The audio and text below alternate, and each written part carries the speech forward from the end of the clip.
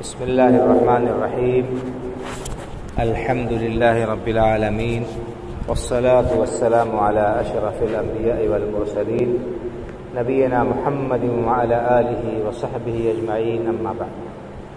عن أبي هريرة رضي الله تعالى عنه قال قال رسول الله صلى الله عليه وسلم: أتدرون ما المفلس؟ قالوا: المفلس فينا من لا درهم له ولا متاع.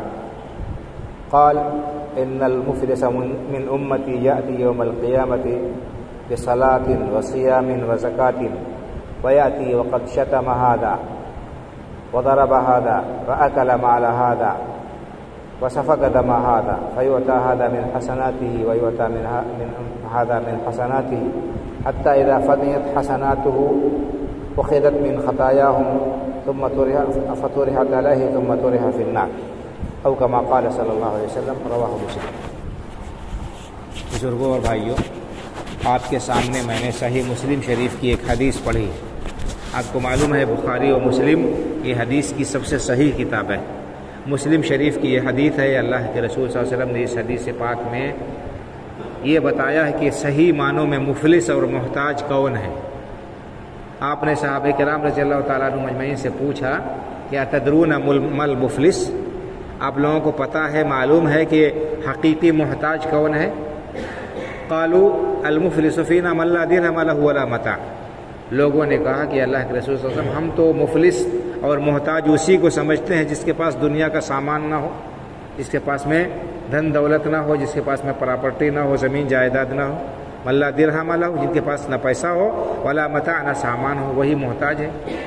تو آپ نے فرمایا کہ یہ تو دنیاوی محتاجی ہے، یہ ختم ہو سکتی ہے۔ حقیقی مفلس کون ہے؟ ان المفلس من امتی یوم القیامت بصلاۃ وصیام وزکات۔ میری امت میں حقیقی مفلس اور محتاج وہ ہے جو قیامت کے دن آئے گا، اس کے اعمال نامے میں بڑی نیکیاں ہوں گی، بڑی نمازیں پڑھی ہوگی، اس نے فرائض کے ساتھ ساتھ نوافل کا اہتمام کیا ہوگا، اسی طرح سے نفلی روزے رکھے ہوں گے، اللہ کے راستے میں مال خرچ کیا ہوگا، تو حقوق اللہ کا خوب لحاظ کیا ہوگا، حقوق اللہ میں بڑھ چڑھ کر اس نے جو حصہ لیا ہوگا ان کو ادا کیا ہوگا، لیکن حقوق العباد کے معاملے میں اس کا معاملہ بالکل زیرو اور الٹا ہے۔ ویاتی وقد شتم ہذا وضرب ہذا وقذف ہذا واکل مال ہذا وسفک دم ہذا۔ آئے گا، کسی کو گالی دی ہوگی، کسی کو کے اوپر تہمت لگائی ہوگی، کسی کا کو تھپڑ مارا ہوگا، کسی کا خون بہایا ہوگا، کسی کے اوپر جھوٹا الزام لگایا ہوگا۔ فیؤتی ھذا من حسناتہ وھذا من حسناتہ۔ ہر شخص کو اس کے نیکیوں میں سے اس کے ظلم کے برابر دے دیا جائے گا۔ قیامت کے دن انسان کے پاس میں ظاہری سامان نہیں ہوگا، دنیا کی کوئی چیز ہے اس کے پاس میں نہیں ہوگی کہ ہاں پیسہ ہے، بینک بیلنس ہے، زمین اور جائیداد ہے کہ چلو اس کی پرکی کر لی گئی، اس کی جائیداد نیلام کر کے اور قرضہ ادا کر دیا گیا۔ دنیا میں تو ایسے ہوتا ہے کہ انسان کا سامان ضبط کر لیا جاتا ہے، قرق کر لیا جاتا ہے، اور اس سے جو آمدنی ہوتی ہے بیچ کر قرض خواہوں کو دے دیا جاتا ہے، لیکن آخرت میں کسی کے پاس میں کوئی جو ہے زمین جائیداد دھن دولت دنیاوی سامان نہیں ہوگا، وہاں پر بدلہ نیکیوں کے ذریعے سے ہوگا۔ آپ نے فرمایا کہ اس نے لوگوں کے اوپر بڑا ظلم کیا ہوگا، کسی کا ناحق خون بہایا ہوگا، کسی کی عزت پر دھبا لگایا ہوگا، جھوٹا الزام لگایا ہوگا، تہمت لگائی ہوگی، کسی کو گالی دی ہوگی، کسی کے تھپڑ مارا ہوگا، یعنی ہر طرح سے کسی کا مال اس نے چھینا ہوگا۔ فیؤتی ھذا من حسناتہ وھذا من حسناتہ۔ دنیا میں دبنگئی کر کے اور غنڈہ گردی کر کے طاقت کے بل پر بچ گیا قانون کی گرفت سے، لیکن قیامت کے دن نہیں بچ سکتا۔ اللہ رب العالمین کے ہاں حساب بالکل صاف ہوگا، ہر ایک کو اس کا بدلہ دیا جائے گا۔ فمن یعمل مثقال ذرۃ خیرا یرہ ومن یعمل مثقال ذرۃ شرا یرہ۔ جس نے ذرہ برابر نیکی کی ہوگی وہ دیکھ لے گا، جو برائی کی ہوگی وہ دیکھ لے گا۔ بہرحال یہ شخص جس کے پاس بے حساب نیکیاں ہوں گی، جب حقوق العباد کا معاملہ آئے گا، لوگوں پر اس نے ظلم کیا ہوگا اور اس کے پاس میں کوئی چیز نہیں ہوگی، تو اس کی نیکیاں لے کر لوگوں کو دی جائیں گی، بدلہ دیا جائے گا۔ جس کے ساتھ ظلم کیا ہوگا، وہ جو مظلوم ہوگا، اس کا جتنا حق بنتا ہوگا اس کے کھاتے میں سے نیکیاں کاٹ کر ان کو دے دی جائے گی۔ اس طرح سے اس کے پاس میں جو پہاڑ تھے نیکیوں کے، سب ختم ہو جائیں گے، لوگوں کے حقوق رہ جائیں گے۔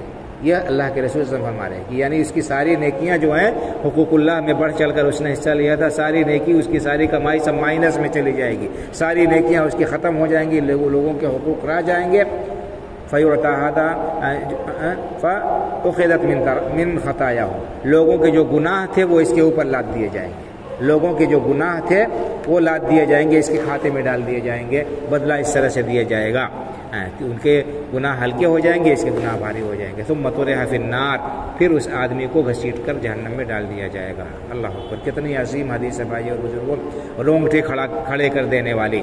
انسان کو اپنے گریبان میں جھانک کر دیکھنا چاہیے کہ ہم کیا کر رہے ہیں، حقوق العباد میں ہمارا معاملہ کیسا ہے۔ حقوق اللہ میں بعض لوگ بہت تیز ہوتے ہیں اور بڑے پابند ہوتے ہیں، لیکن حقوق العباد میں معاملہ بڑا اس کے برعکس ہوتا ہے۔ پتہ نہیں کس خوش فہمی میں یا غلط فہمی میں مبتلا رہتے ہیں کہ اللہ تعالیٰ کے یہاں ہماری بہت پہنچ ہے، یا اللہ تعالیٰ کے ہاں ہماری یہ نیکیاں کام آئیں گی اور ہم بچ جائیں گے۔ حقوق اللہ تعالیٰ معاف کر دے گا اگر اس میں کچھ کمی و کوتاہی ہوگی تو، لیکن اگر بندوں کے حقوق ہوں گے، ہم نے کسی کا حق مارا ہوگا، کسی کے اوپر ظلم و زیادتی کی ہوگی، تو جب تک وہ بندہ معاف نہیں کرے گا اس وقت تک معاف نہیں ہو سکتا ہے۔ یہ انجام اللہ کے رسول صلی اللہ علیہ وسلم نے فرمایا کہ یہ حقیقی مفلس اور حقیقی محتاج وہ ہے جو قیامت کے دن محتاج ہو جائے گا، جس قیامت کے دن جس کے نامہ اعمال میں اس کی جتنی نیکیاں تھیں وہ سب ضائع اور برباد ہو جائیں گی، حبط ہو جائیں گے، دوسروں کے کھاتے میں منتقل کر دی جائیں گی۔ اس لیے ہمیں چاہیے کہ ہم اپنے گریبان میں جھانک کر دیکھیں، کہیں ایسا تو نہیں کہ ہم کسی کے اوپر ظلم کر رہے ہیں کسی طرح سے، اور ہم کسی زعم اور کسی گھمنڈ میں مبتلا ہو کر لوگوں کے حقوق ضائع کر رہے ہیں، اپنوں کے، دوسروں کے، قریبیوں کے، پڑوسیوں کے، رشتہ داروں کے، اولاد کے، والدین کے، بھائیوں کے، بہنوں کے۔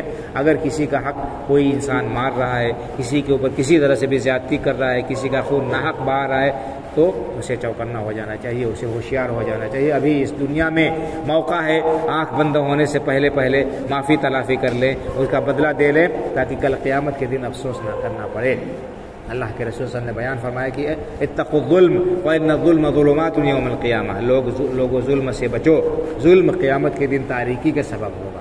اتقوا الظلم وان الظلم ظلمات یوم القیامہ، ظلم سے بچو، ایک دوسرے کے اوپر ظلم کرنے سے، کسی کا حق نہ مارو، کسی کا حق نہ دباؤ۔ اگر ایسا کرو گے تو قیامت کے دن یہ تمہارے لیے تاریکی کا سبب ہو جائے گا، اور تاریکی میں بھٹکو گے، اس وقت انسان ہائے وائے کرے گا، افسوس کرے گا، پچھتائے گا، لیکن اس کا یہ رونا اور پچھتانا، اس کا جو ہے پیٹنا اور چلانا اس کے کسی بھی کام نہیں آئے گا۔